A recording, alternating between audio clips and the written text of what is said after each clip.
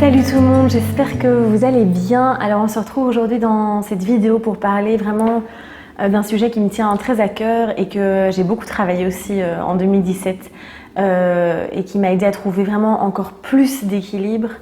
C'est l'autocompassion. Donc on va voir un peu ce que c'est et je vais vraiment essayer de vous montrer que l'autocompassion peut vraiment vous aider à retrouver une paix intérieure, à retrouver l'équilibre avec vous-même mais aussi avec les autres.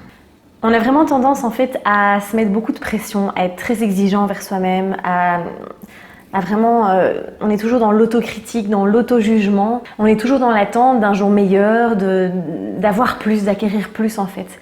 Et donc finalement on est très dur envers soi-même, on se met beaucoup de pression, on est très exigeant. Et ça fait vraiment, c'est très nocif, très mauvais en tout cas pour notre équilibre et notre bien-être. Et donc tout ça va vraiment diminuer l'estime de soi, la confiance en soi. Et donc c'est dans ces moments-là en fait qu'on n'ose pas être pleinement soi-même, qu'on n'ose pas agir, qu'on n'ose pas vivre pleinement la vie qu'on désire. Et donc c'est important de renforcer l'estime de soi, de renforcer, je vais y arriver, la confiance en soi à travers soit du coaching, des lectures, des vidéos, etc. Mais si on ne travaille pas cette bienveillance, la bienveillance envers soi-même, il manque une clé qui est très très importante. Attention, ça veut vraiment dire que même dans les moments difficiles, dans les moments de doute, dans les moments d'échec, dans les moments, alors même si vous savez que pour moi il n'y a pas d'échec, d'accord, il y a toujours, on est toujours en apprentissage. Quand on est dans des moments d'erreur, parce qu'on fait tous des erreurs, vraiment, et c'est humain, moi aussi j'en fais, c'est comme ça qu'on apprend aussi finalement, c'est de rester bienveillant avec soi-même, c'est d'être dans cette autocompassion et de ne pas se critiquer, de ne pas se juger. Et parfois, l'autocompassion est un peu mal vue, ou on a peur de rentrer dans ce jeu-là, de s'apitoyer, etc. Mais c'est pas ça. C'est vraiment de se dire, ok, c'est ok, tout est parfait, j'ai fait cette erreur, mais voilà, je continue à m'aimer, je continue à avoir confiance en moi, j'ai le droit à l'erreur. Donc finalement, c'est vraiment arrêter de se critiquer et s'accueillir, vraiment pouvoir être là pour soi.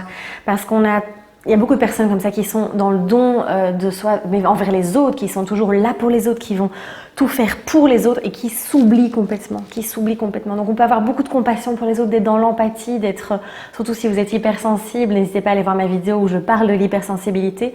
Il faut en fait agir avec vous-même comme vous agissez avec les autres, si vous êtes en tout cas dans cette compassion et dans cette bienveillance envers les autres. Faites-le pour vous aussi. N'oubliez pas que vous êtes la personne la plus importante de votre vie. Et en fait, l'autocompassion va aussi permettre de s'ouvrir aux autres. Pourquoi ? Parce que en fait, en général, on agit avec les autres comme on agit avec soi-même. Donc si on est dans la peur, si on est dans la critique, si on est dans le jugement des autres, qu'on adore critiquer, juger les autres, souvent c'est parce qu'on se critique, on se juge soi-même et donc vraiment le comportement que vous avez envers les autres reflète vraiment le comportement que vous avez envers vous-même. Donc plus vous serez dans l'autocompassion, dans la bienveillance, plus vous serez bienveillant envers vous-même, plus vous allez voir que vous allez être attentif aux autres, que vous allez aussi avoir des meilleures relations parce que vous allez être beaucoup plus ouvert finalement aux autres. Lâchez cette exigence vraiment envers vous-même. Soyez là pour vous dans les bons comme dans les mauvais moments.